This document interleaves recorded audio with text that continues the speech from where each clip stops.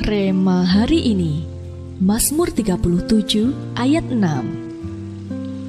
Ia akan memunculkan kebenaran-Mu seperti terang dan hak-Mu seperti siang.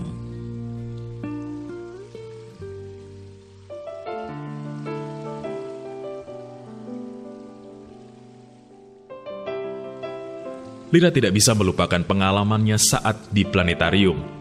Ia terkagum-kagum pada berjuta bintang yang seolah-olah mengelilinginya.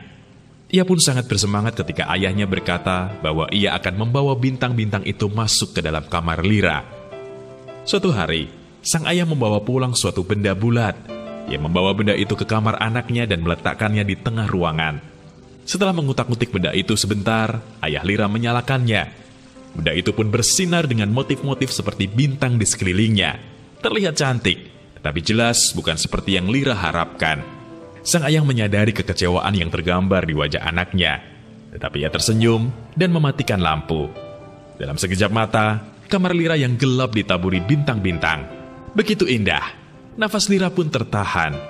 Ternyata benda itu bukan sekedar lampu bermotif bintang, tetapi proyektor yang mengubah kamarnya menjadi galaksi mini. Ada kalanya, kegelapan seolah-olah meliputi hidup kita. Seakan tak ada setitik pun cahaya yang disisakan bagi kita. Kita tak bisa melihat jalan di sekeliling kita dan tak tahu harus melangkah kemana. Dalam kondisi seperti itu, kekhawatiran dan ketakutan pun melanda hati kita.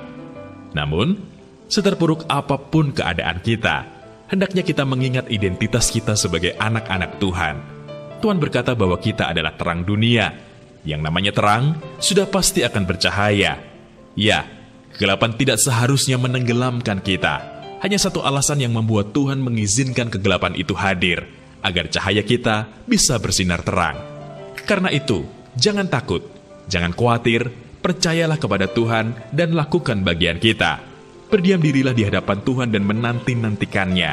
Saat kita berserah penuh dan tetap setia, tentu Tuhan tidak akan tinggal diam. Semakin gelap sekeliling kita, semakin terang kita bercahaya, semakin banyak persoalan yang menyerbu kita, semakin megah pula kemuliaan yang hendak Tuhan karuniakan kepada kita. Kegelapan apa yang tengah meliputi hidup Anda saat ini? Mengapa Tuhan mengizinkan kegelapan itu menghampiri Anda?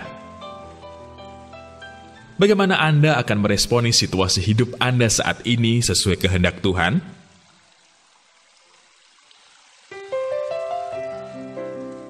Bapa yang baik, terima kasih karena Engkau tak pernah meninggalkan kami.